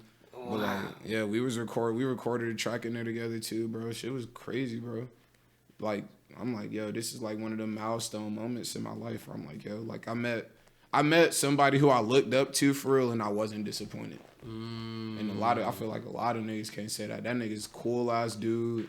We both scrolling on our Twitter laughing at the same memes and shit. Like, yo, nigga, look at this, bro. Like, shit was cool as fuck, bro. Mad respects for Rocky, bro. Deadass. Bro, how did it feel like going from, as you said, you're about to be homeless and like all of a sudden you're chilling in rooms with ASAP, you're chilling in rooms with 21 Savage. Like, these are big ass names, especially from like our time frame. Like, ASAP is a god to niggas like us. Like, how did you think about that shit in the moment, or were you more just focused on what was going on at the time? Bruh, I'm a very retrospective thinker. So in the moment, I feel like I had that initial sense of like, damn, I'm in this bitch with niggas who I listen to, bro. Like, this is crazy. But then it's like, you know, especially if you get the time to be in the room with niggas for hours. If you're going to be in that bitch awkward for hours, right. You do not need to be in that room, bro. It's true. Like, real shit. So it's like, initially, I'm like, yo, like, you know what I'm saying? I don't even know how to approach this situation. But, like, bro, I had the fortunate experience of the niggas I looked up to making shit comfortable for me to even have it. Like, I remember we in the group talking, right. And I'm, like, saying some shit, a nigga, like, speak over me, and Rocky was like, yo, like, bro, I'm trying to hear what bro talking about, like, da-da-da. So it was like, bro gave that lane for me to just feel mad comfortable. And a lot of niggas, bro, also that same type of respect. Like, I've noticed, bro, especially being in music, like, when I walk into the room, I guess I exude some kind of like, I'm different from a lot of these niggas, you know what I'm saying? So they're like, I'm trying to hear what this young nigga who on this different swag got to say, because they can enlighten me, they could teach me something. And I'm like trying to listen to what they saying, because I'm like, you an OG now to me, so I'm trying to learn. It's just like this whole cycle of knowledge and fucking communication and shit. Mad cool, bro. Super fucking crazy, dog. What's a crazy Rae Sremmurd tour story that you can let off right now? You know there's a lot of those shits, because Rae Sremmurd were known as being wild niggas. Bro, we were turned up every day. That tour every fucking day, nigga. What? Ah, shit. Let me think. Give me one great one. Legendary. Nigga. Every day was great, nigga. That's what I don't even know where to start, bro. I'm like, literally, you know what I'm saying? I would probably say the craziest moment outside of like shorties and shit, like, you know what I'm saying, turning up. We would have like after parties after every show in the fucking like green rooms and shit. But I would probably say we went like the whole tour, because Wiz was also a headliner on that tour. And like, out of respect, when that nigga doing his shit, like, I never barged in and like, you know what I'm saying, tried to like interrupt what bro was saying. But I remember me and Rico was just chilling backstage one day, and this nigga came up with KK. Nigga had the Khalifa Kush. Nigga sat there, chopped it up with us and smoked and shit. Actually, a crazy story for me, nigga. I think we was in Houston, and I'm like walking out the green room. I'm walking down the hallway. Somebody opened the door. Nigga, it's Tiana Taylor. Oh my God, what? I'm like, she's gorgeous. And Is she as gorgeous in real life? Bro. Oh my God. Bro. Shout out Tiana Taylor. Shout out Tiana Taylor, man. I've been disappointed by seeing a lot of people who I thought were extremely attractive in real life. Tiana Taylor is sculpted by the hands of God, bro. Oh my God. You seen her in that? What was that Kanye music video? Your love Faded? is faded. Yeah. I was like, yo. Yes, bro. This is crazy. And that's real life though, nigga. That's real life, bro. Like she's a very, very beautiful woman, bro. And did you get a chance to talk to her too, or was it more just... Oh no, I was shook. Right. I said, "What's up, bro?" But like, I was shook as fuck. Like, I'm not gonna count, cause it's like, yo, when you see something that like you see some shit online, and see some shit in real life, and that shit is the same thing up here, like high as fuck. You like, yo, like I have no words, like, bruh. I was also super shy at that time. I was way more reserved than I am now. Right. 'Cause I was learning a lot, bro. I was still learning about who I was and shit. Right. So, so I was mad quiet. If I met her today, I would have been like, yo. Shot like, well, maybe no, you can't nah, shoot bro. your shot. Not shooting shot. Like, showing respect, bro. Right. Literally showing appreciation. Like, no due respect, but like, you are most definitely like an extremely gorgeous human being. Like, bro, that sounds crazy. Going from what you were talking about before to literally being in the rooms with people that you have looked up to. Yeah. That's incredible, dude. Thank you for sharing that shit. Hey, no problem, bro. There's a lot of stories on that aspect. Right. Might get into some more, but right now we're gonna play a little Yu-Gi-Oh game almost, nigga. You ever played Yu-Gi-Oh? You grew up watching Yu-Gi-Oh? I literally currently have 1,200 Yu-Gi-Oh cards. What? I just got back into the series, dude. I'm saying. We about to play almost like a little Yu-Gi-Oh game right now, man. Of deadly Is this questions. my deck? That's your deck right there. It's time to do. I love, bro. I just got back into that shit. Yo, I love Yu-Gi-Oh, bro. So we ask questions, right? And if you don't want to answer the question, you don't have to. Right. But you have to take a shot. That's how this game goes. I don't know if you drove, but don't drink and drive. You might have to sleep here. Oh, nah. All right. I knew what was going on. I made sure I ain't have to drive, you know what I'm saying? So we can get as turned up as you need to. Turn as we need to. Say less, man. So, you want to go first? You want me to go first? Bro, literally reading this first question in my shit, I know your shit about to be wild, so I might have to go first, bro. My pleasure. Yo, nigga said, have you ever had your dick sucked by a mechanical object? We're going to have to go ahead and take a drink on that one, ladies.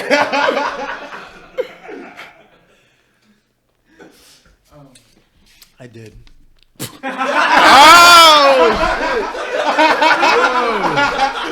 I did. Yo. I stuck my dick in a muffler, guys. Whoa! I'm gonna be real. My strange addictions face. Bro, what it is that what it was for me. You can refill my shit. What it was for me is that like. This nigga got a story. He was dead ass. What it was is that like, from like. It's hard to really explain this, but I really don't give a fuck. And I didn't give a fuck even more when I was younger. You know what I mean? Sure. So, like, I was just like, we were just standing around, and I was just like, what's some wild shit I could do right now? Like, you know what I mean? And I have a problem with that. Like, when I think of some wild shit, my mind doesn't go to don't do it. It goes to, like, what is the consequences of doing it? Like, you know what I mean? Like, what's the worst that could happen with you sticking your dick in a muffler? Yeah. What's the actual worst that could happen? Like, unless the car was off. If that means anything, like, all right. I guess everyone's going to pretend like no one else has stuck a dick in the muffler. Yo, you might be the only person in a 50-mile radius plus who did that shit. Man. But, you know. There has to be some fucking redneck guy who loves fucking his truck around here. You know what I mean? Yeah. Fucking digging his dick in the gas tank. That's the line. I still fuck with you though, my bud. Whatever. Appreciate you know it, what I'm though. saying? We ain't tripping, bro. No judgment zone here. Yeah. Safe space, man. Y'all safe know what the fuck going on. If Liamette in your space, it's safe. It's safe. Speaking of safe, I don't know what this has to do with safety, but well, maybe not good for your mental health too much. Yeah. What is the most amount of times you've jerked off in a day? Max. What's the max amount of times you jerked off in one day?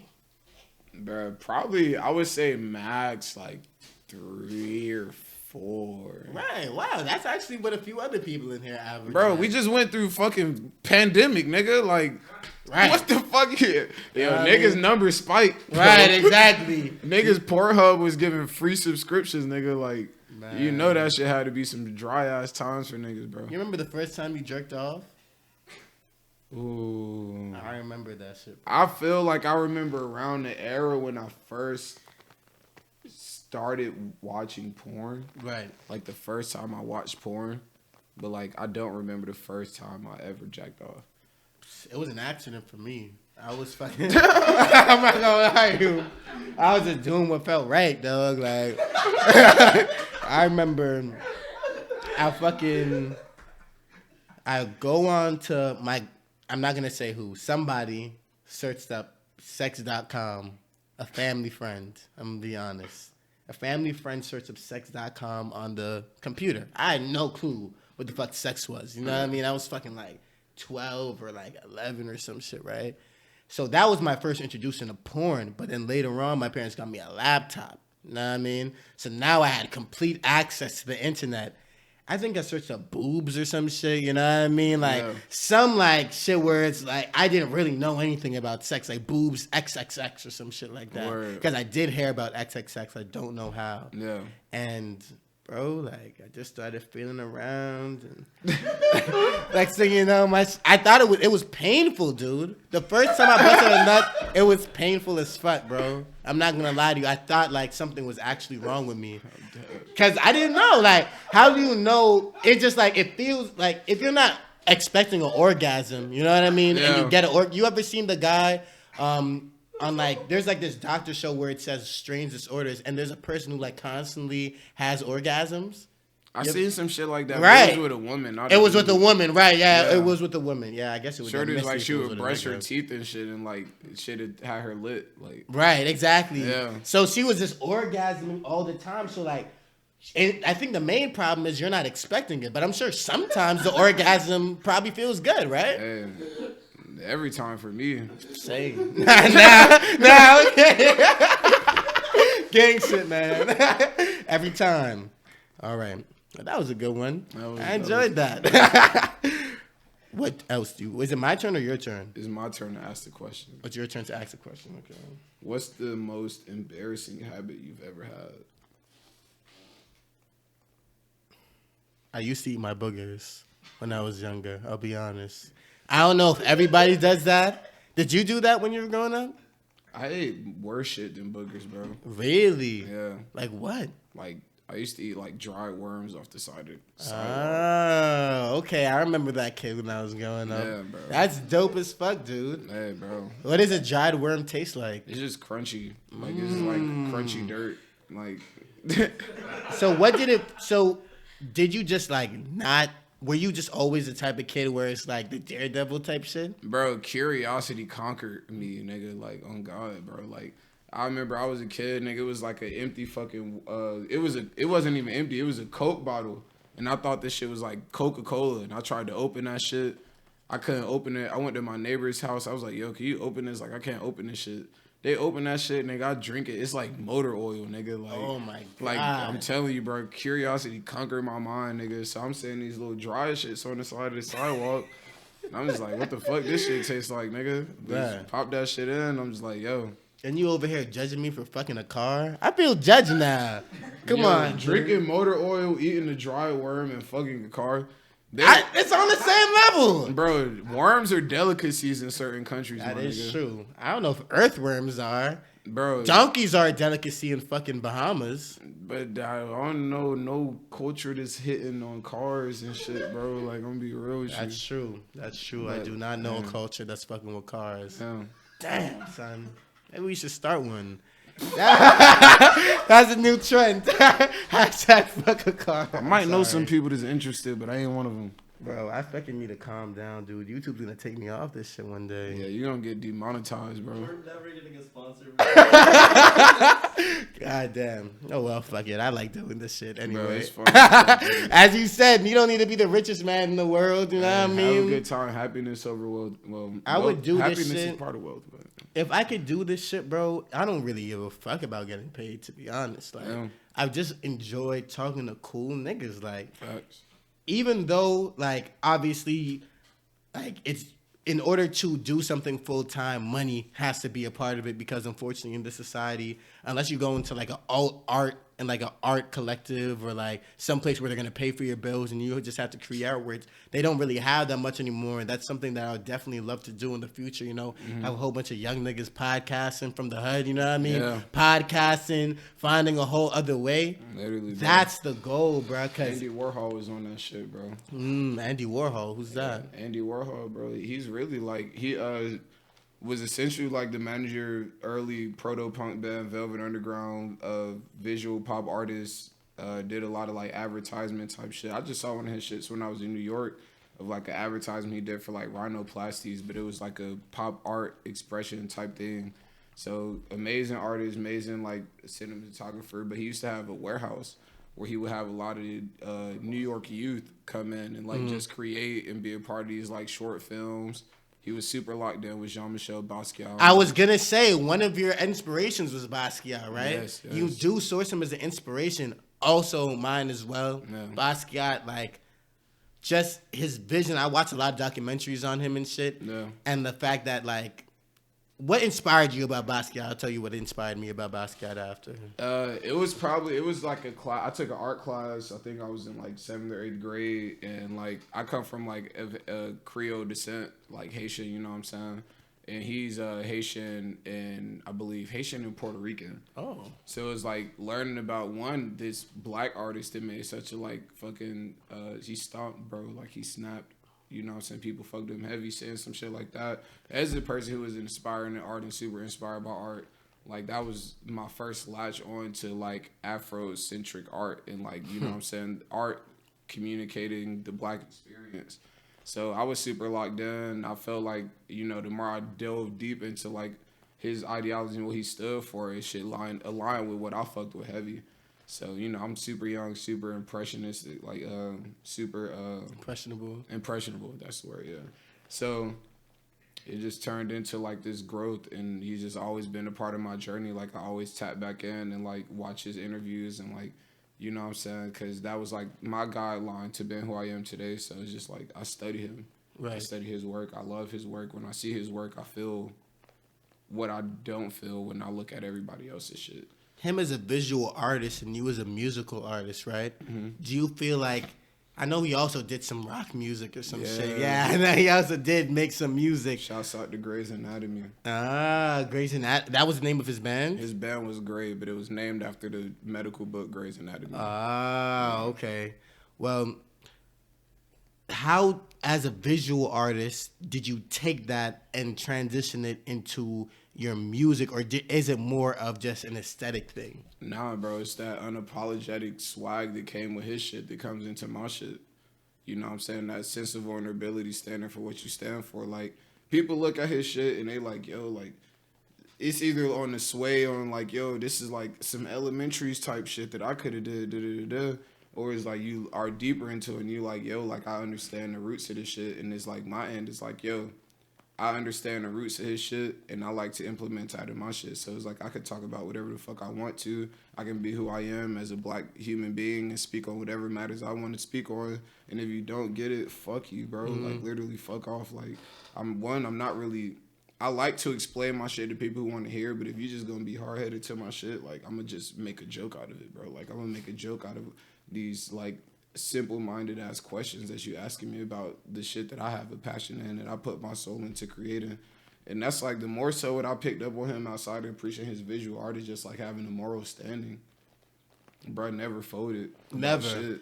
Even when he was broke as fuck and you heard his shorty fucking was a waitress and just had him staying in the crib and held him down in a way that I feel like very few people, man or woman, get the opportunity to fucking get held down. You know what I mean? and she believed in his art that much. And to me, that was like hugely inspirational. Like, imagine, I never got to meet him in real life, unfortunately, but like, I just imagine what type of person he had to have been, and like the type of inspiration he had to have instilled in this person for them to look at his art and decide, yo, I want to have you in my life.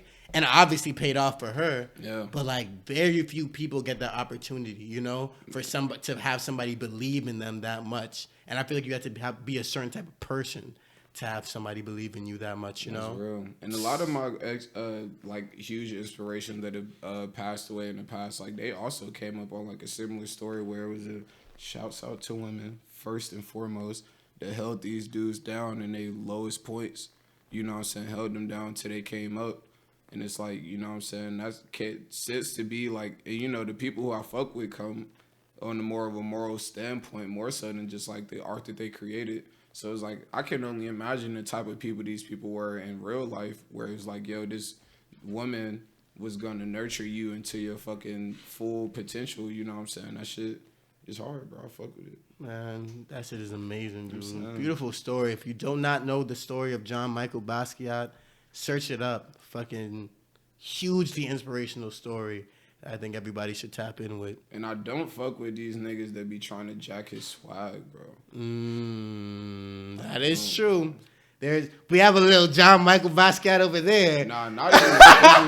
Yo, his painting swag. I don't like that. All right, now I'm just fucking with you. Shout out Ducky, man. I love you, dude. All right. Ready for my question? Yeah, let's get it. Time to do. How many girls have you told you love them?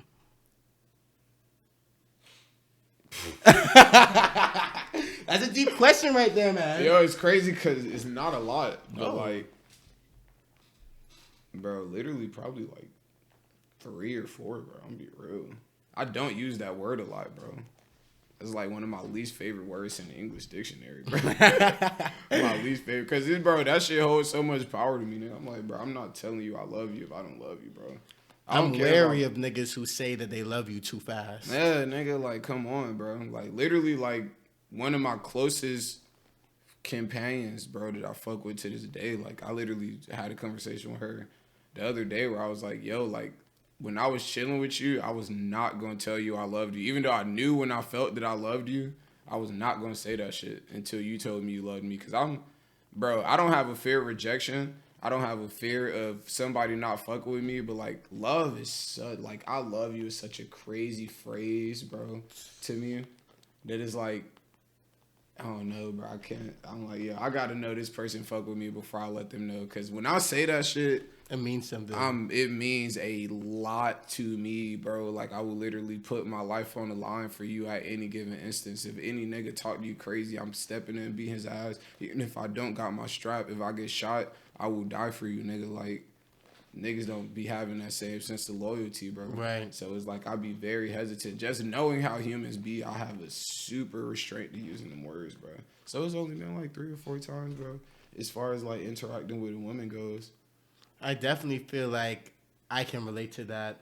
A lot of times for me, I felt that same way where people use that word so liberally, you know, use that word so much, but they don't fully understand what it means, you know? So for me, I would kill and die for certain people, bro. My mom, bro, I would kill and die for her. No questions, like, I wouldn't even have to think about it, you know? Even for myself, I would kill and die for myself, but I don't even put myself as much as a pedestal as I put other people. You know what I mean? Real shit, bro. Like, it's weird because sometimes I think about it as like, is that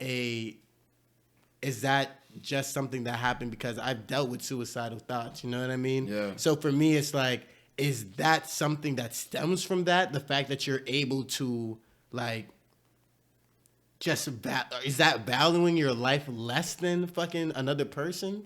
I don't even think it's that you value your life less than another person. I feel like you hit that source where you like, I feel like this person would die for me. So out of respect to the loyalty they have for me and the loyalty I have for them, I think I'm willing to die for them as well. It's slick like marriage, bro. Like, you know what I'm saying? I don't know if this make any of my homies uncomfortable, but when I lock in with my niggas, bro, I'm like, we are life partners, bro. You know what I'm saying? We gonna go through everything in life together. I'm gonna help you through your situation. You gonna help me through my situation. And it's like, bro, through thick and thin, life and death, sickness and health, I'm about to be there with you, bro. It's like, I don't know. Loyalty is a big step on me. That's why I be separating best friends, acquaintances. Like, you know what I'm saying? Niggas call everybody their friends. All y'all niggas not my friends, bro. For sure. Like, I'm sorry, bro. I fuck with y'all niggas, bro. But niggas is not my friends. Niggas don't, you know what I'm saying? They not tapped in with me when I'm going through my shit. So you by default, like, I'm always have respect. Fuck with these dudes, you know what I'm saying? But it's not the same, bro. Like, I'm that same way, dude. Yeah. If you're not, like, within this circle, for me, I mean, I love you, I fuck with you, all that type of shit. But at the end of the day, I understand that people are fucking conniving, you know what I mean? And people will use you. Yeah. Have you experienced that shit in the industry as well? Man, nigga, in the industry, in the streets, nigga. Right, that's where I experienced it the most. Niggas will fucking take a pack and run. Yeah. I mean, I'm gonna be honest, you know. But with that same understanding, bro, I don't even be tripping off that shit though, bro. Like, you know what I'm saying? When you understand how shit move, bro, when you understand how the circle spin, bro, you can't be tripping on that shit, bro. That shit lame, bro.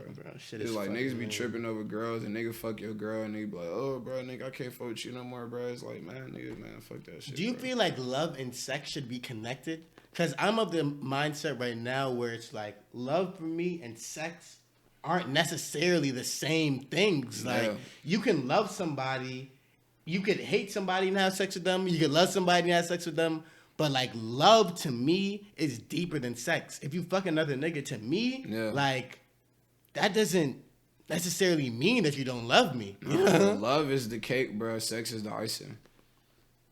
Too much of anything sweet, you're gonna get a cavity. So when you focus on love, nigga, you know, cake's still sweet, but it's a different type of sweet, bro. Icing is overbearingly sweet. So I put the two together when it's necessary, but, you know what I'm saying, everybody like they candy every once in a while. So, you know what I'm saying, if y'all here fucking, you got multiple partners, make sure you stay safe, make sure you stay in the dentist. But, you know what I'm saying, hey, eat up, bro. Eat up. That's a fact. Eat up, ladies and gentlemen. Yeah. Eat up. But it's like, man, as far as like the shit going with chilling with homies or whatever, and they y'all end up fucking the same girl, dude, bro.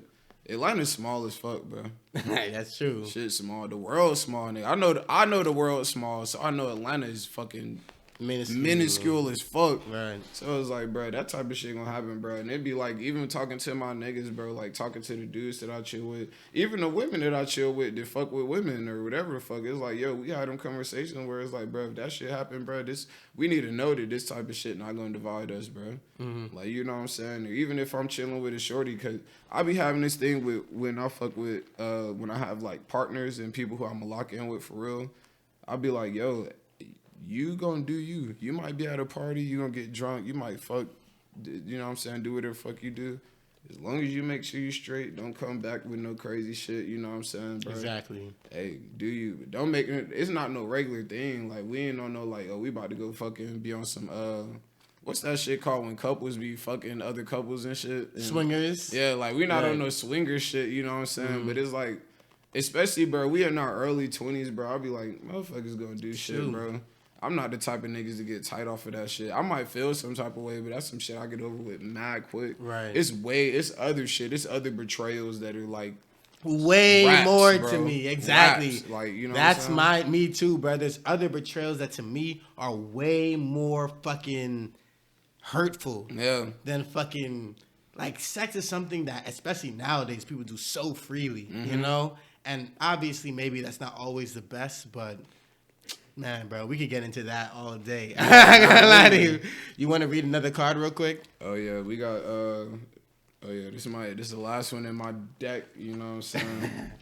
Motherfucker said, "How old were you when you lost your virginity?" I was 13, gang. You know what I mean? I was 13 when I lost that shit. No ups to that, yo. If you 13 having sex, stop that shit immediately. But like, I wasn't having sex on a regular basis. Yeah, but I was 13 too. Really? 13, yeah. Okay. How was your experience on that type of shit? I'm not. That's the question. He drank. Not going to that shit. That's it. That's off camera, off air, nigga. Right. If you my nigga for real, you probably know this story. Not doing that here, bro. That's fair. I don't think I would want to talk too deeply into my story either, to be fair. It was cool though, and like same, I wasn't right. Like it was on some shit where I would when I did the shit, I was like, damn, I could have waited. Right. I was like, I ain't need to do this shit right now.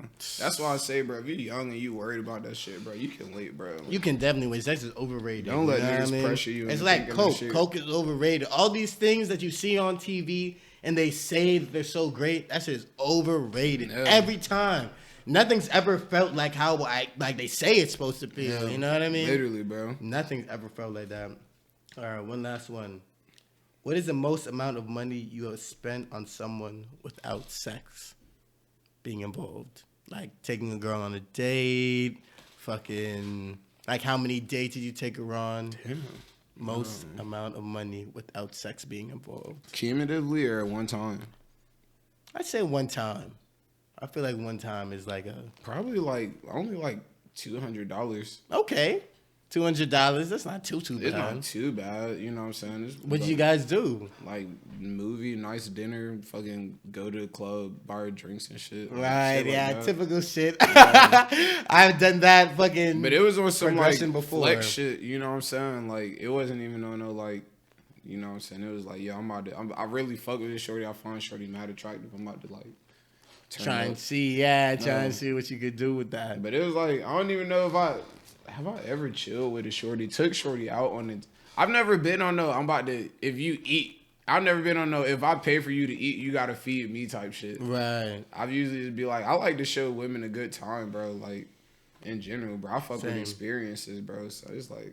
I think that's due to like the fact, as you said, like you grew up because I grew up with my sister in the house. You know what I mean, and like my mom as well. So for me, like, I felt that same way. You know, like, I look at women a little differently than most niggas look at women, though. Exactly, you know, bro. and just kind of accepting that. But, bro, I want to ask you about something that I've been super curious about. Barnaroo. Are you Barnaroo? Yeah. Like, what is that, and, like, what is it about? Because it sounds like a super dope bro, thing to me. That shit was fun as fuck, nigga. Yo, like, all right, so essentially, bro, it's like my I was never even in her class, but like it was an art teacher at my school who I got super locked in with. Like when I was in school, I used to skip in her class and shit. Like one of my homies had her class, I used to skip in their class, and that's really like that's another human who like I wouldn't even be making music for real how I make music if I had not met this woman. Like that's literally one of my biggest motivators. Biggest like fucking inspirations, OGs, like motivators to do any of this shit. So it's like I met her when I was in school, and you know, last year she hit me and she was like, I want to do a festival. It's in North Georgia. They own a property. They have it's like 2 houses, a barn. They built stages and shit, like all of that. And it was like, I want to do like a festival, and I want you to perform. And I'm just like, yo, like, I feel like this would be a crazy experience. Like, camp out, you can drink, you know what I'm saying? Man. All that other shit that you want to do. Mm-hmm. But, you know what I'm saying? It was just, like, mad. It was, like, the sounds were diverse. It was, like, some indie rock. We were on some grunge punk shit. It was, like, a bluegrass band. They had, like, a mariachi band out there. Wow. Food trucks coming in. Like, shit was the vibe, bro. And it's just, like, she want to do that shit every year. Like, so...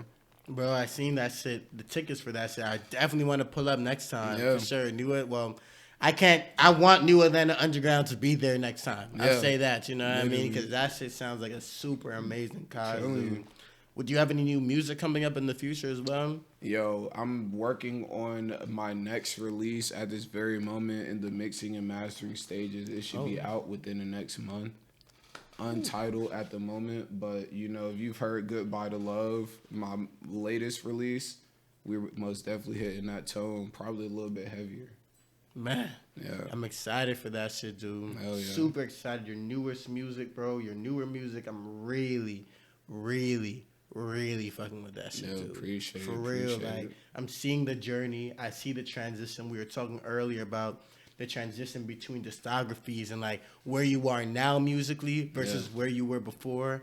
And let me say, bro, I really do think you're onto something here. Yeah, and, like, I really do. And, like, that's why we had to do this. You know what I mean? Yeah. We had to sit down. We met fucking Saturday. We're in here Tuesday. Because when you see somebody like yourself where it's like, you got to tap in. You know what I mean? You just got to tap in when you see something real. You know? And I really do feel like we found that with you, dude. And I just want to ask you one last thing before we get out of here, bro. Mm-hmm. I know sometimes you might feel misunderstood. You know what I mean? Like, I know that's a common theme as well during the music. Oh, I'm like, Gage just walked in the building. Got this nigga Gage just walked in the building, bro. Bro, I know sometimes you feel like that, dude. Like, if you were to tell somebody, like, there's a synopsis of you, bro, what would that be? Bruh, like, I like to identify who I am as, like, the human experience, bro. Like, I really try and disconnect my shit from a lot of the things that's going on and just, like, take my shit one day at a time, bro. So, like, I like to even explain my music as being human experience soundtrack, bro. Like, right. The fucking trials and tribulations, bro, sways from left to right, ups and downs, bro. It's like I'm literally learning every day. Whether I come off to being wise from my years or whatever the fuck, bro, it's literally like I'm learning, you know what I'm saying, interacting with all different kinds of people, just trying to figure this shit out the same way everybody else is. I really don't even, outside of probably like aesthetically, interest-wise being different, probably the same shit, the same piss, the same, probably think the same as a lot of niggas, bro. Mm-hmm. But it's like at the end of the day, bro, we all out here. We really should be on that same cycle of communication, just like learning off of each other, bro. It's not even no difference on hierarchy shit. Like, I'm not better than nobody. I'm probably not worse than nobody, bro. But, you know what I'm saying? I got my own experience. Everybody got their own experience. And at the end of the day, if we gonna make any of this shit fire, we gonna make any of this shit better, they just gotta tap in together, bro. For real. Keep that same stream of communication and just keep this shit going, man. For real. Bro, this is fucking amazing, dude. I really, really appreciate you coming down and sitting down with us here. You know, you can't get conversation like this every day. You know what I mean? I can say that, you know, you can't get conversation like this every day. And, you know, I appreciate you, like, opening up the way you did, dude, and, like, really coming through and showing us a good time, dude. It was fun as fuck, bro. Let's give it up, man. Yeah. Hey, Quality Medicine Podcast. We have Liamette in the building. We signing off, bitch. Peace.